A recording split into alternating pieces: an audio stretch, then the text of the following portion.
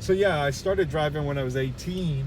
When I first went for my driving test, the guy was like totally freaking out. He was like, "You're going to be able to drive." He was like really weirded out. And I actually failed the test because I hit a curb because the dog ran out and I had to swerve not to hit the dog. And it wasn't my fault. I mean, anybody would have hit a curb if a dog ran out in front of them, you know? I tried to stop and at least I didn't hit the dog, right? So, and then the second time I took the driving test, there was actually two state troopers in the car with me. One sat in the back seat, one sat in the front, and I guess they had to like prove that I could drive. They didn't want to like put me out there thinking that I couldn't drive. So there was two of them, and I passed with like flying colors. I did really, really good. But now to go back, when I first started to learn how to drive, my dad, like I said, he was like a great mechanic. And his idea was, what he thought he would do was he would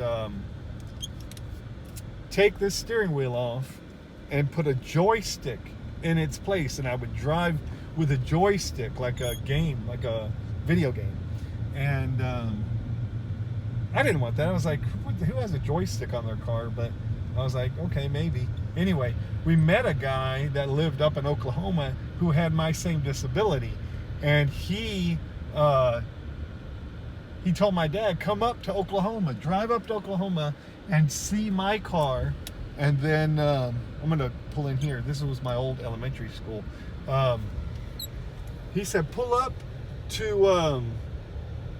up to Oklahoma and see my car, and then you could see if Richard could drive it. And my dad thought this guy had like all kinds of contraptions on the car and all kinds of stuff. So my dad drove all the way up to Oklahoma one day to see this guy's car. And when he got there, the guy's car, there was nothing changed on it at all. Like absolutely nothing. He did it on purpose to prove my dad a point, like that, look, you need to let Richard learn how to drive the car. You don't need to adjust the car. He needs to adjust the car. So we put these knobs on the steering wheel, and really that's the only changes that are on the car. I actually grew up at that house, 901 Childers. That was my house from probably about third grade, fourth grade, until I went off to college. We grew up on that house, and when we first bought that house, man, it was like tiny. My dad would add stuff and add stuff and add stuff and add stuff.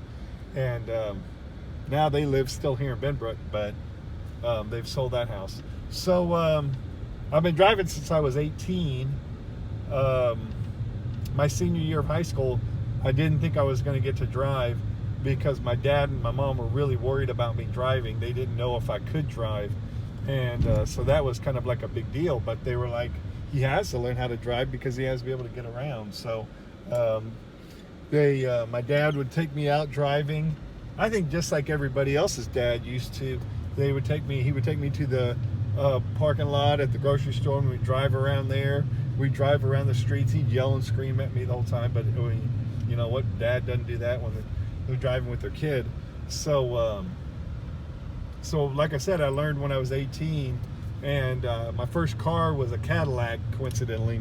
It was an old school. It was my mom's hand-me-down, and but it was really, really cool. It had an 8-track player, and I wrecked that car so many times that by the time I got rid of it, it was like 5 different colors.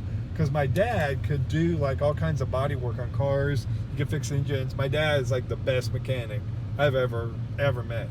So by the time my car was done, it was crazy looking. But anyway, so now I have a Cadillac too, so that's greatness. It's full circle, I guess. I hope that these videos that I've been posting are going to be able to help you. I hope they let you see a light is at the end of the tunnel. That if you keep pushing yourself, that you're going to make it. Sometimes we have obstacles so big that we have no idea how we're going to overcome them. But then at the end of the day, we look back at it and we say, wow, I can't believe I did that. I can't believe that I made it. And, you know, it's difficult. It's hard to see that.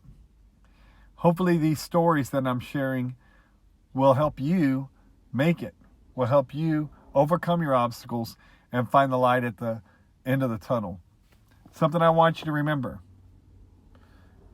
A ship in the harbor is safe, but that's not what ships are built for.